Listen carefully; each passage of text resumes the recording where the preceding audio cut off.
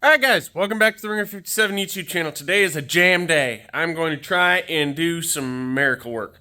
So, Rob's bike is tuned out, ready to go. The catch can will be here tomorrow, so I can put that on along with the air expansion tank, which I've got. I got a fitting on the way, it'll be here tomorrow. And I can go ahead and put that on there. And then I can go out and street test the boost control, put it back on E85, finish riding on E85, and then it should be good to go home. Eric's bike over here.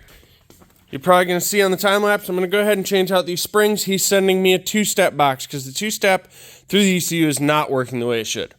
Chris Charles, I've got some ram air tubes to get, and then this goes on the dyno. This will be as soon as that's done at the end of the week. Dennis is coming over. He's going to be putting John's bike back on the dyno. He found a funny spot at 25%. He's having trouble working out on the street, so he's just going to put it on there, work that little spot out, and then go out and street ride. See, I'm going to pull the clutch setup out of my bike. I just need the springs and stuff out of that to be able to transfer them into another bike that'll be here in a little bit, so he can try it out and see how that works for him versus the tune-up he got from Cecil. But this is the jam. This is what y'all are going to see on the time lapses today. I'm going to go ahead and I'm going to strip this bike down, and we are going to build it. What you see here is the before. Wait till y'all see the after. Alright folks, so I have pulled the spring setup out of my bike. I'm going to go ahead and throw that in his bike when he gets here. If it works, I will have him pay me to order new springs for my bike. If it doesn't, we'll have to tinker with a few different other options. I'll probably link up with Dustin Lee because he's the man when it comes to that. But it should work because it's a really similar power level to my bike. This bike, I just went out and made a quick dry hop on the street. Better, not perfect, but better. May have to stall it a little higher. May have to stick my nose in that tune because there's a funny spot at like 6,000 where this thing's an absolute turd nugget. And I don't know why. It's just because it's not in boost, I guess. Because as soon as it gets to like 6,800, it lights up like a firework. Joys of a 9-to-1 motor. This is why I don't build 9-to-1 motors typically. Typically I try and be in the 10s. Let's see. So that's all that done. So I'm going to go ahead and I'm going to get that out of the way for now until the two-step comes. He's sending me it. We're going to get it off of the ECU two-step. And we're going to go ahead and get this gsxr over here and set y'all up for a time lapse.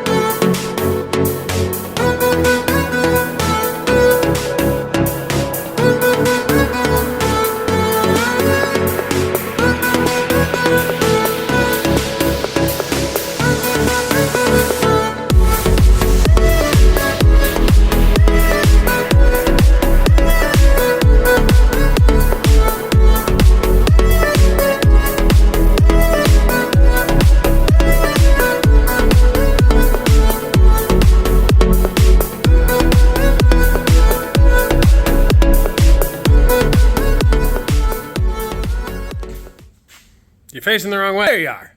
Now you're dirty. I just can't win today. Alright folks, so the customer came, I did the clutch, Motorhead came, he dropped off John's bike. He's actually going to come back tomorrow because it's supposed to rain. He's going to spend today working on other stuff. The clutch wound up being worse issues. Kind of think I want to do a video, and let me know if anyone's interested in this, on how to appropriately ride a Gen 2 clutch that is set up for the track. Yes, you can set them up live for the street. Still not live, but whatever. Anyway, when they're set up for the track, there's very specific ways to ride them. Anyway, this individual, new to it, he's never had one, did a burnout the wrong way. You do a burnout the wrong way, the clutch explodes. So he shredded it. I actually probably still have a bunch of these fibers over here. Yeah. Those are steels. They're supposed to be not black. And that's a fiber that was originally brown and not smurred. Anyway, he melted it. He melted the clutch down. So I wound up actually having to put a whole clutch in it and drop the oil pan and clean the pickup and all the good stuff, change the oil, got him going, and gave him a lesson on how to do a burnout in it, because you can do a burnout. So now I'm back to the gsxr. I'm going to set y'all back up. You're probably going to have a boost anyway. I'm probably going to roll it out of the way first. All I've done so far is I put the new stay bracket on it while I was tinkering. So we're going to go ahead and get back to putting this thing together, hopefully. I don't know if we're going to get it done today, because the 10-minute job turned into a couple-hour job, which sucked, but it is what it is. So here we go.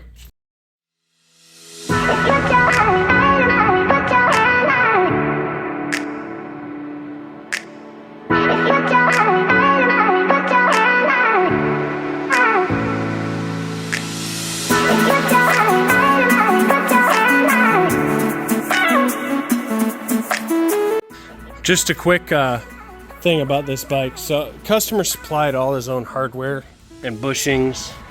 Didn't want me buying new ones. These bolts, yeah, I'm gonna show you something with these bolts. Let me show you something real quick with these bolts, okay?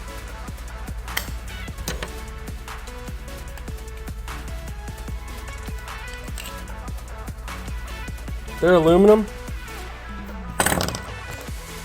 Beyond being aluminum, they are like the lowest grade of like 001 aluminum. They have no tensile strength, no compressive strength, no shear strength. I'd say the shear on that was maybe 1/10 of a pound. The twist off is 1/10 of an inch pound. I mean, I twisted it off without even rattling the damn thing.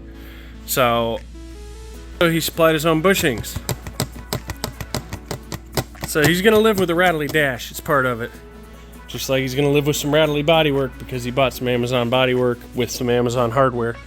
But when you have a shop do your bodywork, suggest that they order the hardware, because as much as this stuff isn't pretty and shiny, it's metal, not. I'm almost certain those are plastic. So, all right, back to it.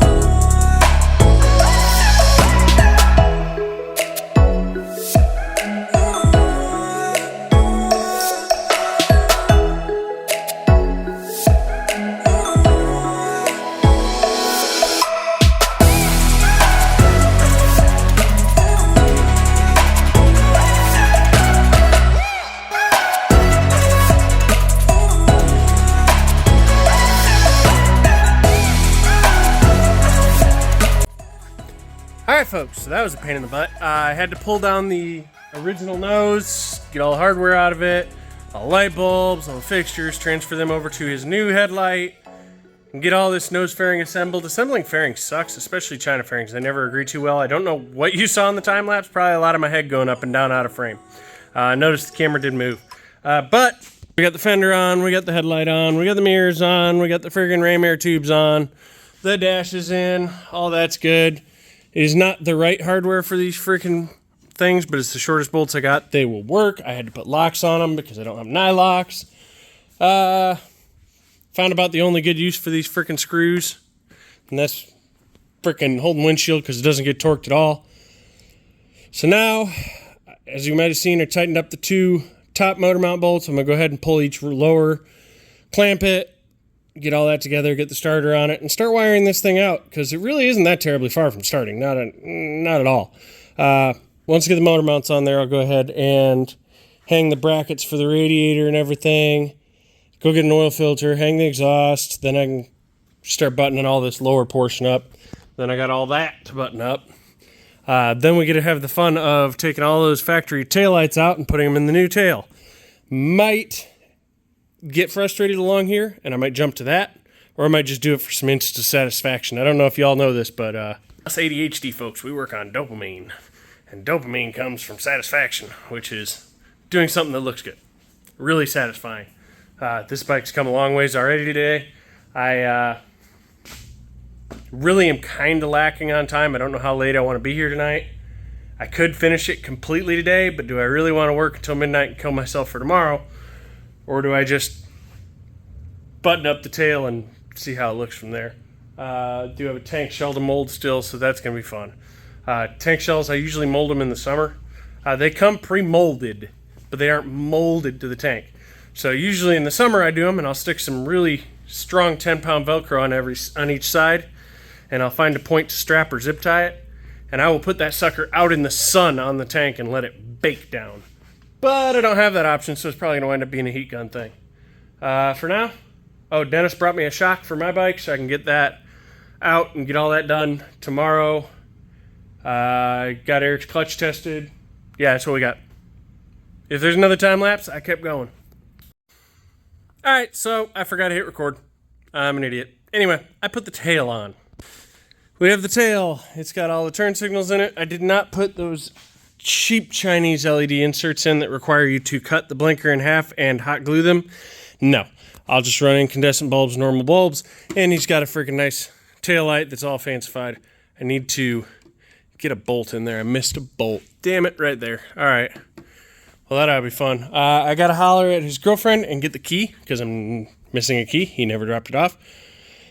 But we're making progress, guys.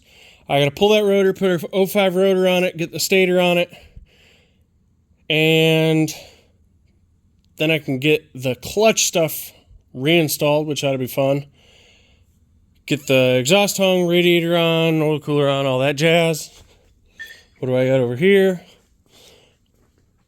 Just that oil cooler line and an oil filter, and this side's good. Cool. I got to put a starter on it still. Got one of those chilling over there. Yeah, we're making progress. So I'm going to go ahead and cover these up for the evening. I think I'm good. It's got some look of progress to it. Tomorrow's going to be a whole bunch of blah. And I'm going to message his girlfriend right now and see if she can bring me a key. Because I do not have a key to this thing. He was supposed to bring it by, and he got tied up with some personal business and never made it by. So that's what we're waiting on. Thanks for watching part 1 of this thing. I'll do part 2 tomorrow. Because it's going to be like 3 or 4 in the afternoon before the stuff shows up for Rob's. And then I can jump on and get his buttoned up and ready to go home. I've also got to get that thing over to Avery first thing in the morning so he can do the exhaust. Probably have that by Thursday. Then I can go ahead and pop the turbo kit and everything off of that, and it'll be ready to go. Pull the motor, flip split. And tomorrow, obviously, this is going to be running in the background, so I might get some video of that. Later.